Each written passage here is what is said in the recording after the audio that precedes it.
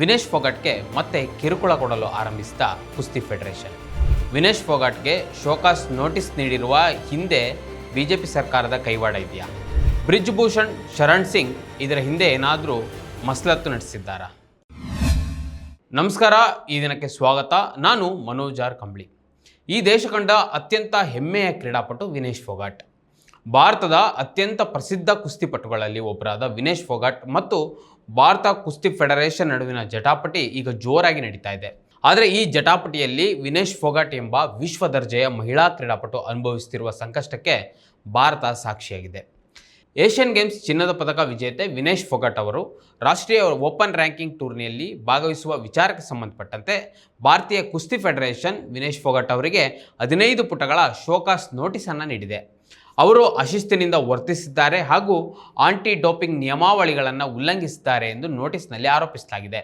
ಇವೆಲ್ಲಕ್ಕಿಂತ ಬಹಳ ಮುಖ್ಯವಾಗಿ ನಿವೃತ್ತ ಕ್ರೀಡಾಪಟು ಸ್ಪರ್ಧಾ ಕಣಕ್ಕೆ ಮರಳಲು ಏನಾದರೂ ನಿರ್ಧರಿಸಿದರೆ ಆ ವಿಷಯವನ್ನು 6 ತಿಂಗಳ ಮೊದಲು ಯುನೈಟೆಡ್ ವರ್ಲ್ಡ್ ರೆಸ್ಲಿಂಗ್ ಅಂದರೆ ವಿಶ್ವ ಕುಸ್ತಿ ಸಂಸ್ಥೆಗೆ ತಿಳಿಸಿರಬೇಕು.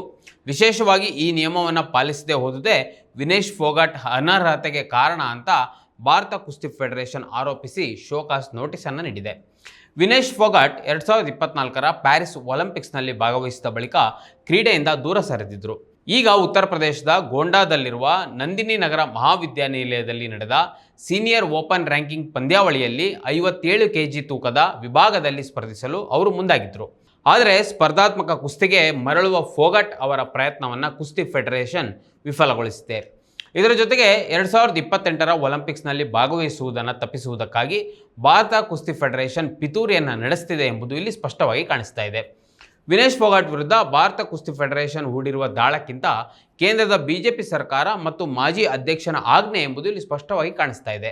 2023ರಲ್ಲಿ ಫೋಗಟ್ ಮತ್ತು ಇತರ ಮಹಿಳಾ ಕುಸ್ತಿಪಟುಗಳು ಲೈಂಗಿಕ ಕಿರುಕುಳದ ಆರೋಪವನ್ನು ಬಿಜೆಪಿ ನಾಯಕ ಮಾಜಿ ಕುಸ್ತಿ ಫೆಡರೇಷನ್ನ ಅಧ್ಯಕ್ಷ ಬ್ರಿಜ್ಭೂಷಣ್ ಶರಣ್ ಸಿಂಗ್ ವಿರುದ್ಧ ಮಾಡಿದರು.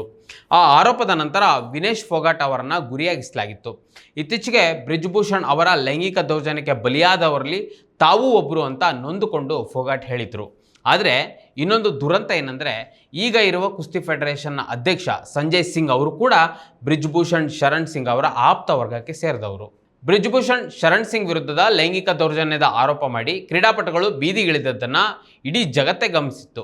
ಅದರ ವಿರುದ್ಧ ಬಹುತೇಕ ಅಥ್ಲೆಟ್ಗಳು ಪ್ರತಿಕ್ರಿಯಿಸಿ ಕೇಂದ್ರ ಸರ್ಕಾರ ಬ್ರಿಜ್ಭೂಷಣ್ ವಿರುದ್ಧ ಕ್ರಮ ಕೈಗೊಳ್ಳುವಂತೆ ಹೇಳಲಾಗಿತ್ತು. ಆದರೂ ಕೇಂದ್ರ ಸರ್ಕಾರವಾಗಲಿ ಪ್ರಧಾನಿ ನರೇಂದ್ರ ಮೋದಿ ಅವರಾಗಲಿ ತಕ್ಷಣದ ಯಾವುದೇ ಕ್ರಮವನ್ನು ಕೈಗೊಂಡಿರಲಿಲ್ಲ.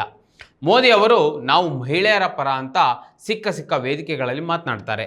ಕಳೆದ ತಿಂಗಳು ಪಾರ್ಲಿಮೆಂಟ್ನಲ್ಲಿ ಡಿಲಿಮಿಟೇಷನ್ ಬಿಲ್ಗೆ ಸೋಲಾಗಿದ್ದನ್ನು ಮಹಿಳಾ ಮೀಸಲಾತಿ ಬಿಲ್ಲನ್ನು ವಿರೋಧ ಪಕ್ಷಗಳು ಸೋಲಿಸಿದ್ವು ಅಂತ ಹೇಳಿ ಕ್ರೆಡಿಟ್ ತಗೊಳ್ಳೋಕ್ಕೆ ನೋಡಿದ್ರು.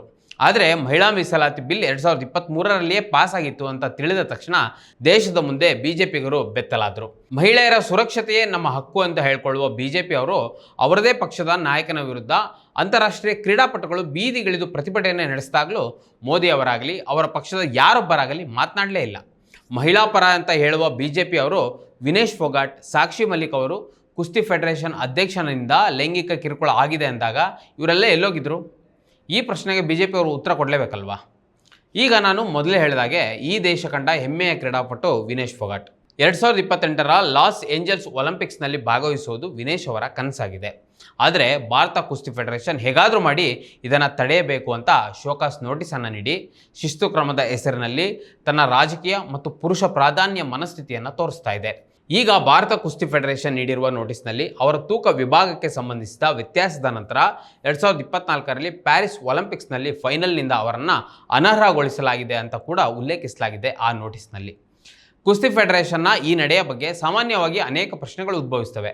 ಫೋಗಟ್ ತನ್ನ ವಿರುದ್ಧದ ಕ್ರಮವನ್ನು ಕಾನೂನುಬದ್ಧವಾಗಿ ಎದುರಿಸಲು ಸಿದ್ಧತೆ ನಡೆಸುತ್ತೇನೆ ಅಂತ ಕೂಡ ಹೇಳಿದ್ದಾರೆ. ಇನ್ನು ಕೆಲವು ಕ್ರೀಡಾಪಟುಗಳು ವಿನೇಶ್ ಫೋಗಟ್ ಪರ ಧ್ವನಿ ಎತ್ತಿ ಈ ವಿಷಯದಲ್ಲಿ ಕೇಂದ್ರ ಸರ್ಕಾರದ ಹಸ್ತಕ್ಷೇಪವನ್ನು ಕೋರಿದ್ದಾರೆ. ಆದರೆ ಈ ಕರೆಯಿಂದ ಏನೂ ಹೊರಬರುವ ಸಾಧ್ಯತೆ ಇಲ್ಲ ಎಂಬುದು ಇಲ್ಲಿ ಸ್ಪಷ್ಟ. 2023ರಲ್ಲಿ ಮಹಿಳಾ ಕುಸ್ತಿಪಟುಗಳು ಬೀದಿಗಳಲ್ಲಿ ಫೆಡರೇಷನ್ ಅಧ್ಯಕ್ಷ ಲೈಂಗಿಕ ಕಿರುಕುಳ ನೀಡಿದ್ದಾನೆ ಅಂತ ಆರೋಪಿಸಿ ಪ್ರತಿಭಟನೆಗಳನ್ನು ನಡೆಸಿದ್ದಾಗಲೂ ಮಾಜಿ ಕುಸ್ತಿ ಫೆಡರೇಷನ್ನ ಅಧ್ಯಕ್ಷ ಬ್ರಿಜ್ಭೂಷಣ್ ಶರಣ್ ಸಿಂಗ್ ಮೇಲುಗೈಯನ್ನು ಸಾಧಿಸಿದರು. ಅದಕ್ಕೆ ಬಿಜೆಪಿ ಸರ್ಕಾರನೇ ಕಾರಣ. ಈ ಬಿಜೆಪಿ ಸರ್ಕಾರವಾಗಲಿ ಪ್ರಧಾನಿ ನರೇಂದ್ರ ಮೋದಿ ಅವರಾಗಲಿ ಈ ಆರೋಪ ಬಂದ ಕೂಡಲೇ ಬ್ರಿಜ್ಭೂಷಣ್ ವಿರುದ್ಧ ಯಾವುದೇ ತಕ್ಷಣದ ಕ್ರಮವನ್ನು ಕೈಗೊಳ್ಳಲೇ ಇಲ್ಲ, ಮೌನವನ್ನು ವಹಿಸಿದರು. ಈಗ ನಾವು ಮಹಿಳೆಯರ ಪರ ಅಂತ ಮಾತನಾಡ್ತಾರೆ. ಇನ್ನು ವಿನೇಶ್ ಫೋಗಾಟ್ ವಿಚಾರದಲ್ಲಿ ವಿಶ್ವ ವೇದಿಕೆಯಲ್ಲಿ ಭಾರತವನ್ನು ಪ್ರತಿನಿಧಿಸಿ ದೇಶಕ್ಕೆ ಅನೇಕ ಪ್ರಶಸ್ತಿಗಳನ್ನು ತಂದುಕೊಟ್ಟ ಚಾಂಪಿಯನ್ ಕುಸ್ತಿಪಟು ಇವರು. ಈಗ ಇವ್ರ ಮೇಲೆ ಭಾರತ ಕುಸ್ತಿ ಫೆಡರೇಷನ್ ಮಾಡ್ತಿರುವ ಆರೋಪಗಳನ್ನು ಅನೇಕ ಅಥ್ಲೆಟ್ಗಳು ಕೂಡ ತಳ್ಳಾಕಿದ್ದಾರೆ. ವಿನೇಶ್ ಫೋಗಾಟ್ 15 ಅಂತಾರಾಷ್ಟ್ರೀಯ ಪದಕಗಳನ್ನು ಜಯಿಸಿ ದೇಶಕ್ಕೆ ಕೀರ್ತಿಯನ್ನು ತಂದಿರುವ ದಿಟ್ಟ ನಾರಿ. 2024ರ ಪ್ಯಾರಿಸ್ ಒಲಿಂಪಿಕ್ಸ್ನಲ್ಲಿ ಅವರು ಫೈನಲ್ಸನ್ನು ತಲುಪಿದಾಗ ವಿಶ್ವವೇ ಮೆಚ್ಚಿಕೊಂಡಿತ್ತು. ವಿನೇಶ್ ಫೋಗಾಟ್ ಅವರನ್ನು ವಿಶ್ವದ ಅತ್ಯುತ್ತಮ ಮಹಿಳಾ ಕುಸ್ತಿಪಟುಗಳ ಸಾಲಿನಲ್ಲಿ ಗುರುತಿಸಲಾಗ್ತದೆ ಕೂಡ. ಇಂತಹ ಆಟಗಾರ್ತಿ ಸ್ಪರ್ಧಾಕರಣಕ್ಕೆ ವಾಪಸ್ಸಾಗಲು ಬಯಸಿದಾಗ ಅವರ ಬೆಂಬಲಕ್ಕೆ ಒಕ್ಕೂಟ ಮತ್ತು ಕುಸ್ತಿ ಫೆಡರೇಷನ್ ನಿಲ್ಲಬೇಕು. ಬದಲಾಗಿ ಫೆಡರೇಷನ್ ಅವರ ವಿರುದ್ಧನೇ ಆರೋಪಗಳನ್ನು ಮಾಡಲು ಆರಂಭಿಸಿದೆ. ಫೆಡರೇಷನ್ ನೀಡಿರುವ ಶೋಕಾಸ್ ನೋಟಿಸ್ಗೆ ಪ್ರತಿಕ್ರಿಯಿಸಿದ ವಿನೇಶ್ ಫೋಗಾಟ್ ಅವರು, ಭಾರತೀಯ ಕುಸ್ತಿ ಫೆಡರೇಷನ್ನಲ್ಲಿ ಅಧಿಕಾರದಲ್ಲಿರುವವರು ನಾನು ಕ್ರೀಡೆಯಿಂದ ಹೊರಗೆ ಹೋಗ್ಬೇಕಂತ ಬಯಸ್ತಿದ್ದಾರೆ, ಆದರೆ ನಾನು ಸೋಲನ್ನು ಒಪ್ಪಿಕೊಳ್ಳೋದಿಲ್ಲ ಹಾಗೂ ಅವರ ಕುತಂತ್ರ ಯಶಸ್ವಿಯಾಗಲು ಬಿಡೋದಿಲ್ಲ ಅಂತ ಹೇಳಿದ್ದಾರೆ. ಗೋಂಡಾದಲ್ಲಿ ನಡೆದ ರಾಷ್ಟ್ರೀಯ ಓಪನ್ ರ್ಯಾಂಕಿಂಗ್ ಟೂರ್ನಿಯಲ್ಲಿ ಭಾಗವಹಿಸುವ ವೇಳೆ ನೀಡಿದ ನೋಟಿಸ್ ವಿರುದ್ಧ ವಿನೇಶ್ ಅವರು ಕುಸ್ತಿ ಫೆಡರೇಷನ್ ಅಧಿಕಾರಿಗಳನ್ನು ಭೇಟಿ ಮಾಡಿದ್ದಾರೆ. ಭೇಟಿಯ ನಂತರ ಮಾಧ್ಯಮದವರೊಂದಿಗೆ ಅವರು ಪ್ರತಿಕ್ರಿಯಿಸಿ, ನಾನು ಏನು ಮಾಡಬೇಕೆಂದು ನೀವು ಬಯಸ್ತಿದ್ದೀರಾ? ನಾನು ಸನ್ಯಾಸ ತೆಗೆದುಕೊಂಡು ದೂರ ಹೋಗಬೇಕೆಂದು ನೀವು ಬಯಸ್ತಿದ್ದೀರಾ? ನನ್ನ ವಿರುದ್ಧ ಅವರು ಹೂಡಿರುವ ಷಡ್ಯಂತ್ರ ಯಶಸ್ವಿ ಆಗಬೇಕೆಂದು ನೀವು ಬಯಸ್ತಿದ್ದೀರಾ?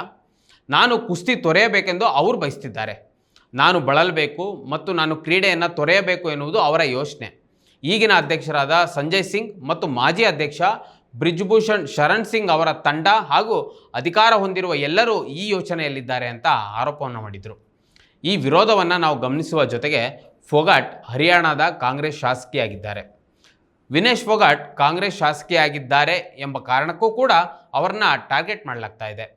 ವಿನೇಶ್ ಅವರನ್ನ ಕೇಂದ್ರದ ಬಿಜೆಪಿ ಸರ್ಕಾರ ಲೈಂಗಿಕ ದೌರ್ಜನ್ಯದ ಪ್ರತಿಭಟನೆಯ ವೇಳೆ ನಡೆಸಿಕೊಂಡ ರೀತಿಯ ಬಗ್ಗೆ ಎಲ್ಲರಿಗೂ ಗೊತ್ತಿದೆ.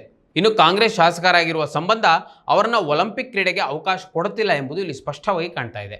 ಒಟ್ಟಾರೆಯಾಗಿ ಯಾವುದೇ ಕ್ರೀಡೆಗೆ ಸಂಬಂಧಿಸಿದ ಆಡಳಿತವು ವೃತ್ತಿಪರವಾಗಿ, ಪಾರದರ್ಶಕವಾಗಿ ಹಾಗೂ ವಿಶ್ವಾಸಾರ್ಹವಾಗಿ ಇರುವುದು ಅಗತ್ಯವಾಗ್ತದೆ. ಆಗಷ್ಟೇ ಅದರ ಬಗ್ಗೆ ಆಟಗಾರರಿಗೆ ನಂಬಿಕೆ ಮತ್ತು ಸುರಕ್ಷತೆಯ ಭಾವನೆ ಬರಲು ಸಾಧ್ಯ. ವಿಶ್ವ ದರ್ಜೆಯ ಆಟಗಾರ್ತಿಯನ್ನೇ ಹೀನಾಯವಾಗಿ ನಡೆಸಿಕೊಳ್ಳೋದಾದರೆ ಸಾಮಾನ್ಯ ಕ್ರೀಡಾಪಟುಗಳು ಏನನ್ನ ತಾನೇ ನಿರೀಕ್ಷಿಸಬಹುದು? ಮತ್ತಷ್ಟು ವಿಶೇಷ ವಿಡಿಯೋಗಳನ್ನು ನೋಡಲು ಮತ್ತು ಹೊಸ ವಿಡಿಯೋಗಳ ಬಗ್ಗೆ ತಿಳಿಯಲು ಈ ದಿನ .com ಯೂಟ್ಯೂಬ್ ಚಾನೆಲ್ ಸಬ್ಸ್ಕ್ರೈಬ್ ಮಾಡಿ ಮತ್ತು ಬೆಲ್ ಐಕಾನ್ ಕ್ಲಿಕ್ ಮಾಡಿ.